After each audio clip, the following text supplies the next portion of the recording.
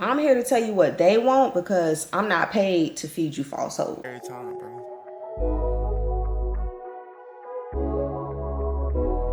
Hey y'all, welcome to my channel. My name is Alexandria Canson, and I'm here to tell you the things that they don't tell you about starting a fitness journey. Just to preface this, I've been working out for a whopping 2 months so far. I started back in like November. It's like January now. So these are some of the things that I've learned so far in my journey. Just to start off with a disclaimer, I am not a dietitian. I am not a nutritionist. I am not a personal fitness trainer. I'm just a regular girl that's trying to get fit and trying to work out. With that being said, let's hop right into the video. First things first being, everybody in the gym does not look like fitness influencers. As a matter of fact, most people in the gym don't look like influencers. Most people in the gym do not look like bodybuilders. Most of the people in the gym look like the people of the world. They look like regular people like you and me, who are all at different levels in their fitness journeys and trying to figure out what they're doing. So there's no point in you like being afraid to go or having this anxiety of like, oh, I'm out of shape, I don't look well, I get tired on the treadmill, and like feeling like you won't fit in at the gym. Like literally regular people, your grandmas, aunties, uncles, like they all in there.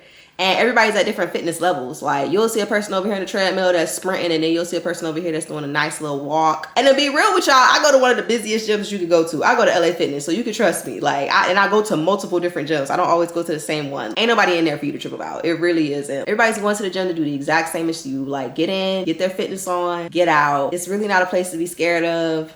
Stop thinking that the only people in the gym are all these girls with these big old booties and these guys with these big old biceps and shoulders. Like, that's really not the case. Obviously, some of them are there, but that's not the majority, which brings me to my second point. When it comes to starting a fitness journey, there is so much trial and error.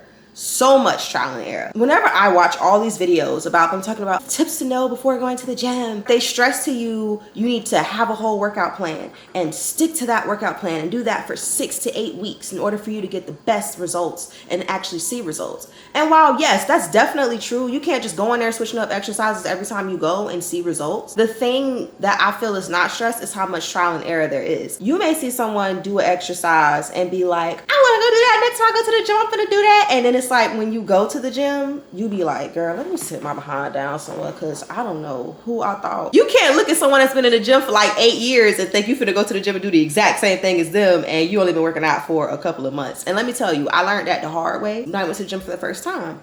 I was saying that everybody's like, oh, the best glute exercise is like these Bulgarian split squats. So what do? Start my exercise with it. I've never done a Bulgarian split squat a day in my life. I was exhausted. I got to the leg press and couldn't even add no weight to it. And I'm trying to figure out why. Thinking that I was just gonna go in there and be a beast and kill it. And what happened? It killed me. I was upset. I love crying. And I had to learn, you know what? You need to pace yourself. Now when I go to the gym, is Bulgarian split squats a part of my exercises right now? It's not. And is that a bad thing? No, because guess what? When it comes time for me to switch up the movements that I am doing now, I'll add those back in. But at that point, I was not strong enough to be doing that yet. Certain things you're just not strong enough to do yet. Like me, I know when I walk in the gym, I'm not strong enough to do a pull-up unassisted right now.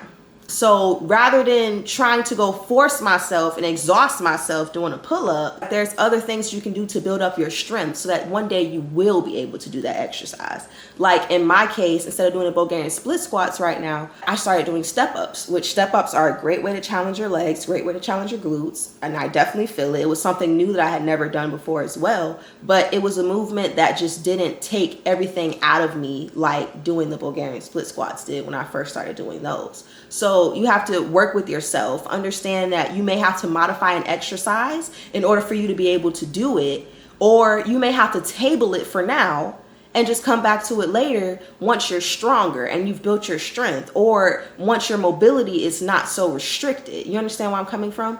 And I don't feel like that's something that's talked about, but trial and error is a part of any journey, of anything that you do. And a lot of times it's through trial and error that we earn our experience, and that's how we learn from our mistakes. Number 3, the hardest thing that you will have to deal with is your nutrition. If your goal is to build muscle, eat more. Specifically protein. If your goal is to lose weight, eat less in a deficit, caloric deficit. If you're trying to gain muscle and lose weight, you have to eat a high protein low calorie diet. Like, you see what I'm saying? Like, all this stuff, and all that sounds well and good on paper. All that sounds good on paper. But baby, when you try to actually take that to real life, it's way more difficult than a person may think it is. You're not used to eating all of these things. It's very hard to incorporate it into your diet, and it's not impossible. I'm just here to tell you what to expect, because I went in thinking like, this is about to be the easiest change in my life. I'm about to be a fit girl, okay? That's not the case. Like, I'm struggling. Like, before, I would mainly eat like 2 meals a day, and going from just eating 2 meals a day, I don't really snack that much, to being told like, oh, you gotta eat protein in every single meal. From the moment that you get up, when you eat breakfast, you gotta start there, have these protein smoothies throughout the day, make sure that you're taking all these supplements, and make sure that you're getting in all of your protein. That's your chicken, your salmon, your I don't even know what else got it in there, honestly. No one's forcing you to do anything, but if you want to get results, you have to focus on your nutrition, because your food is your fuel. So it's like, you can't be fueling your body with McDonald's and Burger King and expecting to go run a 5K. It's not happening. I mean, you might. Some people, they can do it, but me, I know I can't do that. I'm a person that what I eat directly affects how I'm able to perform. And, you know, my face is telling on me right now, like, this is something that I'm definitely struggling with as far as my diet. I've always been a person that ate healthy for the most part. I love fruits, love vegetables. I mainly drink water. I always have water near me. So it's not a struggle in that sense, but trying to eat more is where I'm struggling, and trying to eat more protein and be conscious of how much protein I'm eating. Like, that's a real struggle. And like, it always being like, oh, if you want to see results, then you have to. And it's like, shoot, it's been 2 months. Subscribe if you want to see later on how this journey goes, because I definitely plan on doing this again and updating it maybe around like the 6-month mark or so on and so forth. But I know in my first 2 months so far, it's been like pretty hard. And I would say that my advice for people right now would be to try to swap out some small things. So like with me, like, I'm still eating my spaghetti. I just make it with ground turkey now, because I think that's healthier. Personally, I'm trying to gain muscle, so I'm trying to gain more, so I have to eat more. And me myself, I'm struggling heavily with eating more. One of the things that has helped me is getting up earlier in the day. If I start my day at 7 in the morning as opposed to 9 in the morning, and I'm eating as early as 7, then I'm hungry again by the time 11, 12 o'clock rolls around. And if I eat at 11, 12 o'clock, then I am hungry again by the time 5, 6 rolls around. So for me, I had to start getting up earlier in the daytime in order for me to be able to hit all 3 meals a day, because if not, it's just not happening. Just so that you can understand my scenario, I'm 24. I don't got no churn. I don't have no pets. I don't have a 9 to 5. For the most part, whatever I cook, my man's gonna eat it. He's really not picky, and I'm still struggling. Like, I can't imagine you trying to feed your family and your kids being like, what is this? Like, you're on a journey, not me. Or just like your whole family, like, not being on board with it within your household. And then too, like, there's a significant difference between buying McDonald's and buying Chipotle. Because a bowl of Chipotle in Florida gonna fetch you about a good $16 to $18, and it's ridiculous. So I can understand a person being like, how, you know?